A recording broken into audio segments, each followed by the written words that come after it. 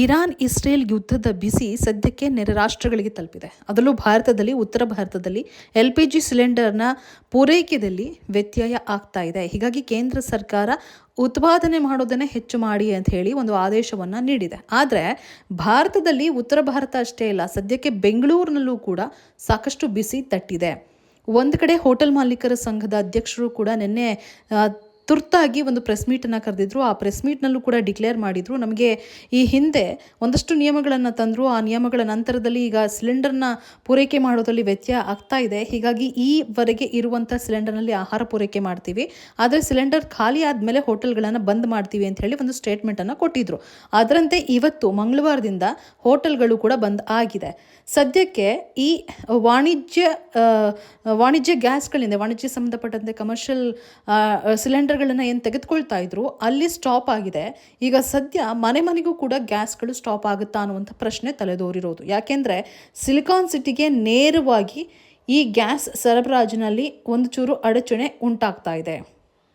ಕೇವಲ ಈ ಹೋಟೆಲ್ಗಳು ಮಾತ್ರ ಅಲ್ಲ, ಮನೆ ಮತ್ತು PGಗಳಲ್ಲಿ ವಾಸ ಇರ್ತಾರಲ್ಲ ಅಂಥವ್ರಿಗೂ ಕೂಡ ಈ ಸಿಲಿಂಡರ್ನ ವ್ಯತ್ಯಯ ಕಂಡು ಬರ್ತಾ ಇರುವಂಥದ್ದು.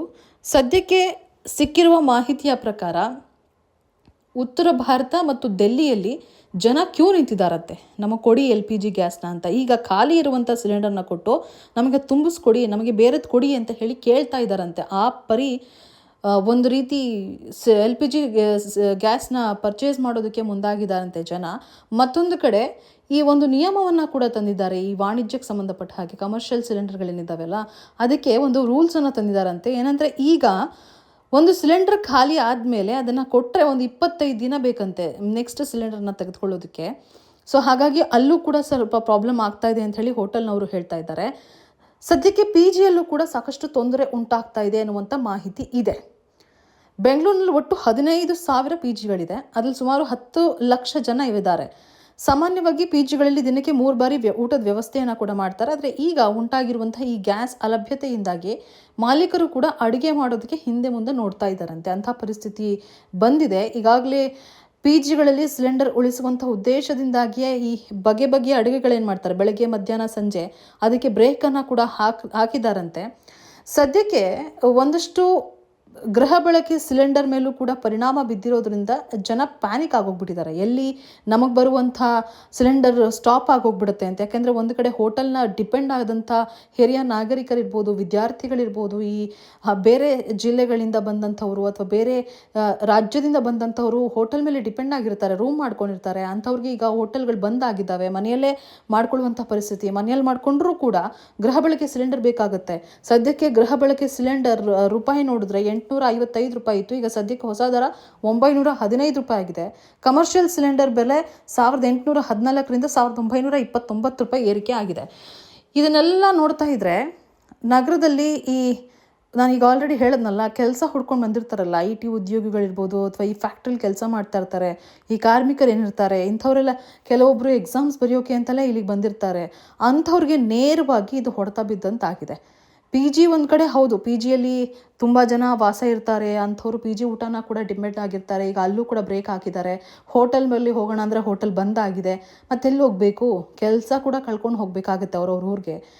ಸದ್ಯಕ್ಕೆ ಈ ಮಧ್ಯಪ್ರಾಚ್ಯದಲ್ಲಿ ಏನು ಯುದ್ಧ ನಡೀತಾ ಇರೋದು ಆಯಾ ಇನ್ನುಳಿದಂಥ ರಾಷ್ಟ್ರಗಳ ಮೇಲೂ ಕೂಡ ಪರಿಣಾಮ ಬೀರ್ತಾ ಇದೆ. ಸದ್ಯ ಕೇಂದ್ರ ಒಂದು ಆದೇಶವನ್ನು ಕೂಡ ಕೊಟ್ಟಿದೆ, ಹೆಚ್ಚುವರಿಯಾಗಿ ಉತ್ಪಾದನೆ ಮಾಡಬೇಕು ಅಂತೇಳಿ.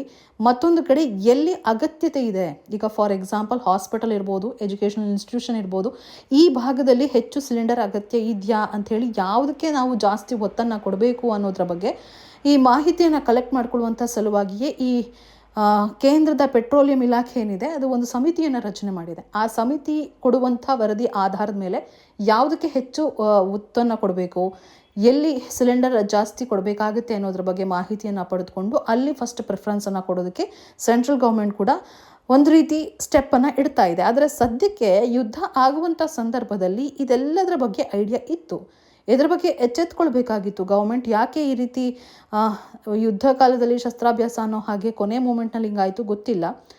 ಸೊ ಇದು ಯಾವ ಮಟ್ಟಕ್ಕೆ ಹೋಗುತ್ತೆ ಅಂತ ಕೂಡ ಗೊತ್ತಿಲ್ಲ. ಈಗ ಸದ್ಯಕ್ಕೆ ಗ್ಯಾಸ್ ಸಿಲಿಂಡರ್ ಆಗಿದೆ, ನೆಕ್ಸ್ಟು ಪೆಟ್ರೋಲ್ ಬಗ್ಗೆ ಏನಾದರೂ ಪ್ರಾಬ್ಲಮ್ಸ್ಗಳು ಕ್ರಿಯೇಟ್ ಆಗುತ್ತಾ ಅನ್ನೋದನ್ನು ನಾವು ಕಾದು ನೋಡಬೇಕು. ಯಾಕಂದರೆ ಒಂದು ಕಡೆ ಯುದ್ಧ ನಿಲ್ತಾ ಇಲ್ಲ, ಬೇರೆ ಬೇರೆ ರೀತಿಯಾದಂಥ ಪ್ರಾಬ್ಲಮ್ಸ್ಗಳು ನಡೀತಾ ಇದೆ. ಗಲ್ಫ್ ರಾಷ್ಟ್ರಗಳು ಕೂಡ ಸ್ಟಾಪ್ ಮಾಡಿದ್ದಾವೆ ಎಲ್ಲನೂ ಕೂಡ ಕಳಿಸೋದನ್ನು.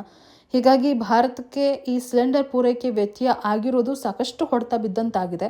ಮುಂದಿನ ದಿನಗಳಲ್ಲಿ ಇದನ್ನು ಹೇಗೆ ಸರಿಪಡಿಸ್ತಾರೆ ಅನ್ನೋದೇ ದೊಡ್ಡ ಯಕ್ಷ ಪ್ರಶ್ನೆ ಆಗಿರೋದು.